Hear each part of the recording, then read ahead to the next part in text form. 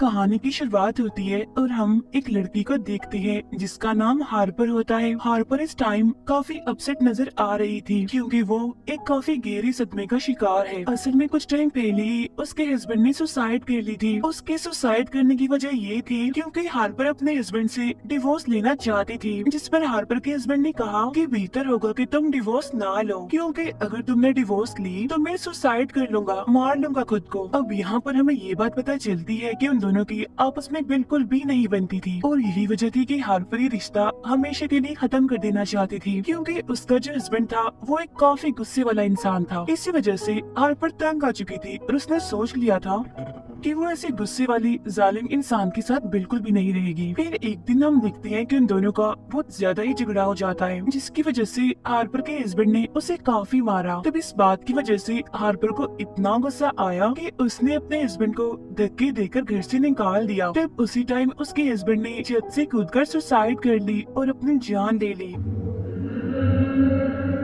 यहाँ हार्पर अपने हस्बैंड की मौत का जिम्मेदार खुद को ही समझती है और इसी वजह से वो इन सारी चीजों से बाहर नहीं निकल पा रही। हालांकि वो सब कुछ भुलाकर मूव ऑन करना चाहती है, लेकिन वो ऐसा नहीं कर पा रही थी। तो अब इस सबको भुलाने के लिए उसने घर किराए पर ले लिया, जो कि एक गांव में था। लेकिन ये गांव कंट्री साइड पर ही बना हुआ है और ये गांव बहुत ही खूबसूरत होता है। जैसे ही हार्पर घर में एंटर होती है तो वो उस घर के गार्डन में एक काफी बड़ा एप्पल का ट्री देखती है। उसने फौरन वहाँ से एक एप्पल तोड़ा और उसे खाने लगी। इसके बाद घर के अंदर जाकर उसकी मुलाकात हुई जेफरी से, जो कि असल में इस घर का ऑनर होता है। यहाँ उन दोनों के बीच कुछ नॉर्मल बातें भी होती है, लेकिन नॉर्मल बातों से हटकर जेफरी यहाँ पर काफी अजीब बातें भी कर रहा था, लेकिन उन बातों को हार्पर समझ नहीं पा रही थी। खैर कुछ देर के बाद जेफरी वहाँ से चला जाता है। थोड़ी देर के बाद हार्पर अपनी बेस्ट फ्रेंड को वीडियो कॉल करती है। वो उसे अपने इस नए घर के बारे में बताती है और उसे ये घर भी दिखाती है। इसके बाद जब हार्पर फोन बंद करती है तो वो काफी देर तक अपने हस्बैंड के बारे में ही सोचती रहती है। फिर फौरन बाद ही वो अपने घर से बाहर आ जाती है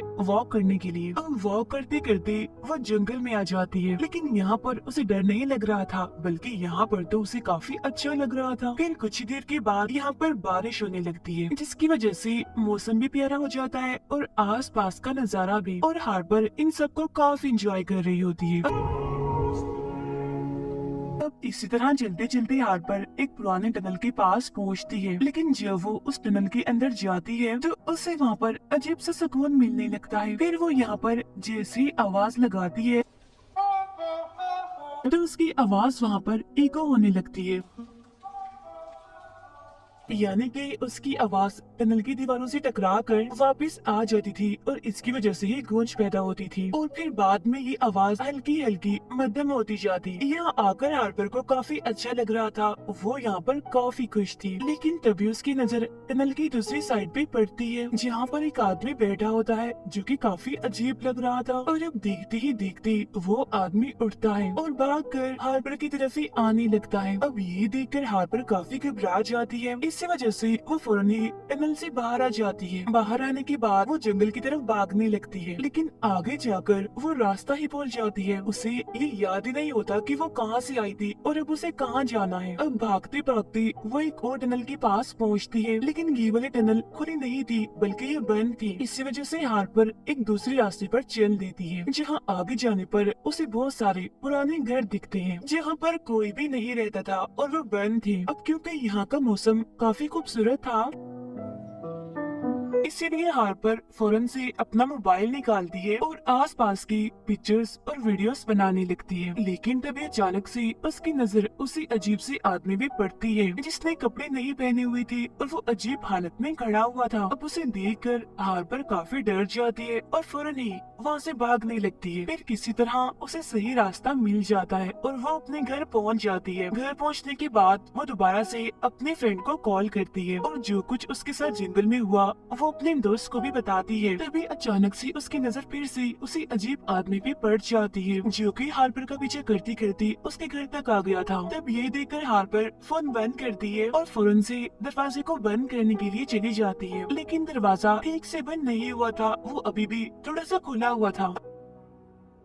अब यहाँ पर हार्पर काफी घबराई होती है, लेकिन फिर भी वो हिम्मत करके आगे बढ़ती है और दरवाजे को बंद कर ही लेती है। लेकिन वो अजीब आदमी जो कि घर से बाहर खड़ा हुआ था, वो दरवाजे के एक होल से अपना हाथ अंदर डालकर उस दरवाजे को खोलने की कोशिश करने लगता है। अब ये देखकर जल्दी से हार्पर पुलिस को कॉल कर देती है। तब कुछ ही देर के बाद पुलिस वहाँ पर आ जाती है और उस आदमी को अरेस्ट कर लेती है। जी हाँ, उस आदमी को पुलिस अपने साथ ले जाती है और उसे जेल में बंद कर दिया जाता है। इसके बाद हमें अगली सुबह का सीन दिखाया जाता है जहाँ हार्पर एक चर्च में जाती है। वो वहाँ पर एक पत्थर देखती है जिस पर अजीब तरह की तस्वीर बनी हुई थी, लेकिन उसमें से अजीब तरह की आवाजें भी आ रही होती हैं। अब यहाँ इस चर्च में बैठकर हार्पर काफी रोती है। फिर कुछ टाइम के बाद वो चर्च से बाहर आकर घर जाने लगती है, लेकिन तभी अचानक से उसकी नजर एक स्ट्रेंजर पर पड़ती है जिसने की मास्क पहना हुआ था। यहाँ वो स्ट्रेंजर हार्पर से काफी अजीब तरह की बातें करने लगता है। वो उससे कहता है कि चलो आओ हम हाइड एंड सीक गेम खेलते हैं, लेकिन हार्पर उसे ऐसा करने से साफ इनकार कर देती है कि मैं तुम्हारे साथ कोई भी गेम नहीं खेलूंगी। तब इतनी ही देर में चर्च के एक फादर वहाँ पर आते हैं। वो वहाँ पर आते ही उस स्ट्रेंजर को वहाँ से भेज देते हैं। जी हाँ, बाद में हार्पर और वो फादर बैठकर आपस में बातें करने लगते हैं। यहाँ हार्पर अपनी और अपने हस्बैंड की सारी बातें फादर को बता देती है। तब उसकी बातें सुनकर फादर कहता है कि सब में तो तुम्हारी गलती है, आज तुम्हारी वजह से ही तुम्हारा हस्बैंड इस दुनिया में नहीं है, क्योंकि तुमने ही उसे ऐसा करने पर मजबूर किया।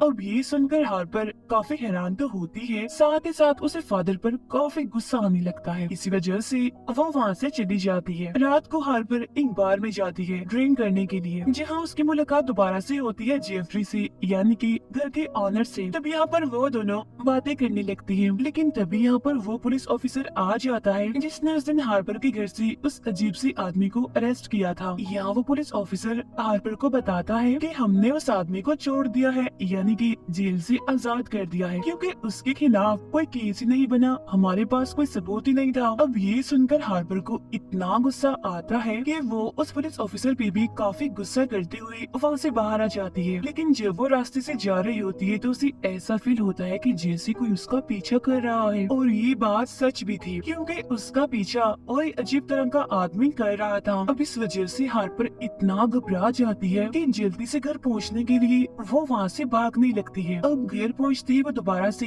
अपने फ्रेंड को कॉल कर देती है और उसे भी इस सब के बारे में बता देती है। जब ये सुनकर हार्पर की फ्रेंड उसे कहती है कि तैयार रहो, मैं तुम्हें लेने आ रही हूँ। अब हार्पर जैसे ही अपने फ्रेंड को घर का एड्रेस बताने लगती है तो तभी अचानक से फोन बंद हो जाता है। तब हार्पर दोबारा से अपने फ्रेंड को कॉल करती है और फिर से उसे एड्रेस बताने की कोशिश करती है, लेकिन इस बार भी फोन बंद हो जाता है।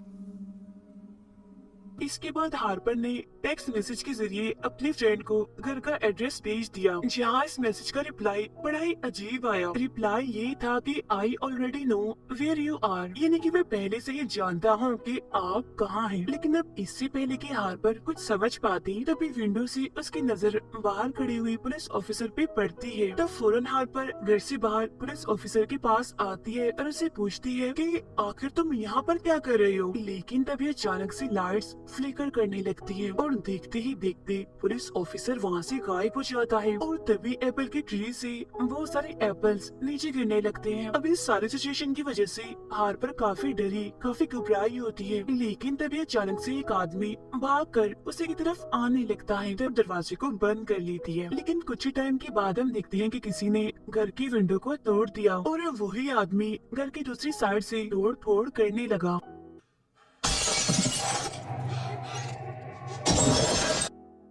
अब ये देखकर हार्पर भी नाइफ उठा लेती है उसका सामना करने के लिए, लेकिन तभी अचानक से घर के मेन डोर पर कोई नॉक करने लगा। तब इस वजह से हार्पर चिल्ला चिल्ला कर ये कहने लगी कि तुम जो कोई भी हो, अगर तुम अंदर आई तो मैं तुम्हें जान से मार डालूंगी। लेकिन तभी अचानक से दरवाजा खोलकर अंदर आता है जेफरी। तो इस वजह से हार्पर ने उस पर हमला नहीं किया और वो रुक गई। अब यहाँ जेफरी हार्पर से कहता है कि मैंने तुम्हारी चिल्लाने की आवाज सुनी, इसी वजह से तो मैं फौरन भागकर यहाँ पर आ गया। अब बताओ क्या हुआ है तुम्हें, क्या तुम ठीक हो। तब हार्पर उसे बताती है कि असल में कोई विंडो तोड़कर घर के अंदर घुसने की कोशिश कर रहा था। तब ये सुनकर जेफरी जेफरी विंडो को जाकर चेक करता है, जो कि सच में टूटी हुई थी, लेकिन पास में ही एक काले रंग का बर्ड भी पड़ा हुआ था। अब ये देखकर जेफरी घर से बाहर आकर चेक करने लगता है कि यहाँ पर कोई है तो नहीं, लेकिन तभी अचानक से फिर से लाइट्स फ्लिकर करने लगती है और इस बार देखते ही देखते जेफरी गायब हो जाता है। और अब यहाँ पर हार्बर के सामने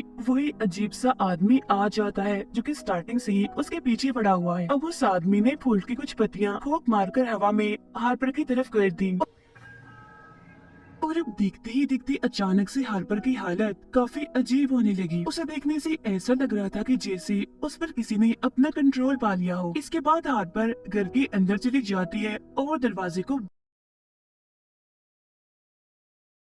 दोबारा से दरवाजे के होल से अपना हाथ अंदर डालकर दरवाजा खोलने की कोशिश करने लगता है। तब ये देखकर हार्पर उसके बाजू में वो वाला नाइफ घुसा देती है, जो कि हार्पर ने अपने पास ही रखा हुआ था। अब इस वजह से वो आदमी अपना हाथ बाहर निकालने की काफी कोशिश करता है, लेकिन उसका हाथ बाहर नहीं निकला और दो हिस्सों में कट गया। और अब यहाँ पर हार्पर को ये लगने लगता है कि शायद अब मेरी जान उस आदमी से छूट गई है। इसके बाद हार्पर फौरन से किचन में जाती है, जहाँ पर वो अपने सामने उस स्ट्रेंजर को पाती है, इन्हें जो कि उसे हाइड से खेलने के लिए कह रहा था। यहाँ ये स्ट्रेंजर फिर से हार्पर से कहता है कि आओ मेरे साथ हाइड से गेम खेलो। अब यहाँ पर नोटिस करने वाली बात ये है कि इस स्ट्रेंजर का हाथ भी बिल्कुल वैसे कटा हुआ था जैसे उस अजीब आदमी का कटा था दरवाजे में आकर। यहाँ पर हार्पर उस स्ट्रेंजर से कहती है कि तुम्हारे लिए बेहतर होगा कि तुम यहाँ से चले जाओ, वरना मैं तुम्हें जान से मार डालूंगी। तब इस पर वो स्ट्रेंजर कहता है कि नहीं हार्पर, तुम ऐसा नहीं कर सकती। ये कहकर वो हार्पर के पास आ गया, लेकिन अब क्योंकि यहाँ पर हार्पर के पास और कोई ऑप्शन तो नहीं होता, तो इसी वजह से वो स्ट्रेंजर के साथ हाइड एंड सीक गेम खेलने के लिए तैयार हो जाती है। हार्पर दरवाजे को बंद कर लेती है और 10 तक काउंटिंग करने लगती है। वो जैसे 10 बोलकर पलटती है तो तभी यहाँ पर उसके सामने आ जाता है चर्च का वही फादर, जिसे हार्पर पहले भी मिल चुकी है। और अब फादर हार्पर की तरफ बढ़ने लगता है। अब इस वजह से हार्पर काफी डर जाती है और दूसरे रूम में चली जाती है। अब फादर का हाथ भी बिल्कुल वैसे ही कटा हुआ था जैसे उस अजीब आदमी और स्ट्रेंजर का कटा हुआ था। यहाँ फादर हार्पर के साथ मिसबिहेव करने लगता है, लेकिन हार्पर ने नाइफ से उसके सीने पर मारकर उसे नीचे गिरा दिया। फिर हार्पर बाहर आकर गाड़ी में बैठ जाती है और वो जल्दी से वहाँ से जाने लगती है। वो तेजी से गाड़ी चलाते हुए आगे की तरफ बढ़ रही होती है, लेकिन तभी अचानक से कोई उसकी गाड़ी के सामने आ जाता है और उसकी गाड़ी से वो टकरा जाता है। और ये आदमी कोई और नहीं बल्कि घर का ऑनर जेफरी था। जेफरी गाड़ी के पास आता है, हार्पर को गाड़ी से बाहर निकालता है और उसे घसीटने लगता है। फिर वो हार्पर को वहीं पर ही फेंक देता है और खुद गाड़ी स्टार्ट करके वहाँ से जाने लगता है। अब यहाँ पर हार्पर उठती है और पैदल ही आगे जाने लगती है, लेकिन तभी हार्पर दिखती है कि जेफरी तेजी से गाड़ी को चलाता हुआ उसी की तरफ आ रहा है। इसी वजह से हार्पर भी डरकर वहाँ से भागने लगी। फिर वो बड़ी मुश्किल से अपनी जान बचाकर घर पहुँच जाती है, लेकिन जेफरी गाड़ी को कंट्रोल नहीं कर पाया, जिसकी वजह से गाड़ी दीवार से टकरा जाती है। हम हार्पर को देखती है जो कि जख्मी हालत में गार्डन में पड़ी होती है, लेकिन तभी उसके सामने वही अजीब सा आदमी आ जाता है। और यहाँ पर शॉकिंग बात ये होती है कि उसका बेबी होने वाला था और इस बार उसके फेस पर अजीब तरह के पौधे भी उगे हुए थे, यानी जैसे कोई फंगस हो। लेकिन तभी यहाँ पर देखते ही देखते उस आदमी के पेट से निकल कर आता है वो स्ट्रेंजर। अब क्योंकि ये चीज काफी अजीब थी तो ये देखकर तो हार्पर के होश उड़ जाते हैं। और इससे भी ज्यादा हैरान करने वाली बात तो ये होती है कि स्ट्रेंजर का भी बेबी होने वाला था। तो अब यहाँ पर इस स्ट्रेंजर के पेट से निकल कर आता है चर्च का वही फादर। ये देखकर हार्पर काफी घबरा जाती है और फौरन से ही घर के अंदर आ जाती है, लेकिन अब फादर भी हार्पर की तरफ बढ़ने लगता है। अब यहाँ पर फादर का भी बच्चा होने वाला था और फादर के पेट से निकल कर आता है जेफरी। अब यहाँ पर हार्पर कुछ भी समझ नहीं पा रही थी कि आखिर ये क्या हो रहा है यहाँ पर। हाँ तो बस हैरान थी, उसके होश उड़ चुके थे। अब यहाँ पर जेफरी ने भी बच्चा पैदा करना था और उसके पेट से बाहर आता है हार्पर का हस्बैंड। और अब ये बात तो होश उड़ाने वाली थी, काफी हैरान करने वाली थी। हार्पर का हस्बैंड उसके पास आता है और उसके साथ आके बैठ जाता है। यहाँ पर हार्पर उसे पूछती है कि आखिर तुम मुझसे क्या चाहते हो, जिस पर उसका हस्बैंड कहता है कि तुम्हें और बस तुम्हारा प्यार चाहता हूँ मैं। अब ये सीन तो यहाँ पर कट हो जाता है और अगले सीन में हम हार्पर को एक जगह पर बैठा हुआ देखते हैं, जहाँ अचानक से उसके सामने उसकी फ्रेंड आ जाती है, ये दिन जिससे वो अक्सर बातें किया करती थी, और सरप्राइजिंगली उसका भी बेबी होने वाला था। अब यहाँ तक आप सब कंफ्यूज होंगे कि आखिर अभी तक मूवी में चल क्या रहा था। तो अब हमें यहाँ पर इस मूवी का प्लॉट बताया जाता है। असल में इस मूवी में हम एक डार्क रियलिटी को समझाने की कोशिश की गई है, और वो ये कि सारे मेल्स यानी कि सारे आदमी एक जैसे ही होते हैं। बेशक हालात बदलते हैं, टाइम बदलता है, लेकिन सारे आदमी एक जैसे ही रहते हैं, यानी कि गुस्से वाले, चिल्लाने वाले और औरतों को टॉर्चर करने वाले। और मूवी में बच्चों के बार बार पैदा होने का मतलब ये था कि अगर आदमी बच्चों को पैदा करते तो बच्चे भी एक जैसे ही होते, और जैसे कि मूवी में जो आदमी पैदा हुए थे वो सारे भी गुस्से वाले और जालिम थे। कोई हार्पर को डरा रहा था तो कोई इसके साथ मिसबिहेव कर रहा था, यानी कि इस तरह से हार्पर ने इन सभी का डर फील किया था। और फिर जब जेफरी ने हार्पर के हस्बैंड को पैदा किया और जब हार्पर ने उसे पूछा कि तुम क्या चाहते हो, तो उसके हस्बैंड के जवाब से ही हमें सारी बात समझ आ गई, क्योंकि हार्पर का हस्बैंड भी काफी गुस्से वाला एक जालिम इंसान था। वो हार्पर को अपनी प्रॉपर्टी ही समझता था कि मैं इसके साथ जो मर्जी करूं। इसी वजह से तो उसने हार्पर को ये कहा था कि मुझे सिर्फ तुम चाहिए और तुम्हारा प्यार। और अब यहाँ पर हैरान कर देने वाली बात तो ये होती है, मूवी के सारे मेल कैरेक्टर्स एक ही आदमी ने प्ले किए हैं, और वो होता है हार्पर का हस्बैंड, यानी कि जेफरी, फादर, वो अजीब आदमी और वो स्ट्रेंजर सब एक ही थे। बस हार्पर के हस्बैंड ने अलग अलग रूपों में हार्पर को डराने की कोशिश की, और ये सभी अलग अलग आदमी हार्पर को इसीलिए नजर आ रहे थे क्योंकि उसे उसके हस्बैंड ने पोजेस भी कर लिया था। और बाद में जो हार्पर का डर था वही उसके सामने लाया गया, और हार्पर पोजेस तब हुई जब उसने एप्पल खाया था, और उसकी पोजेस होते ही उसे अपना डर अपने सामने नजर आने लगा। अब इसी थ्रिलिंग सस्पेंस के साथ ही ये मूवी यहीं पर एंड हो जाती है।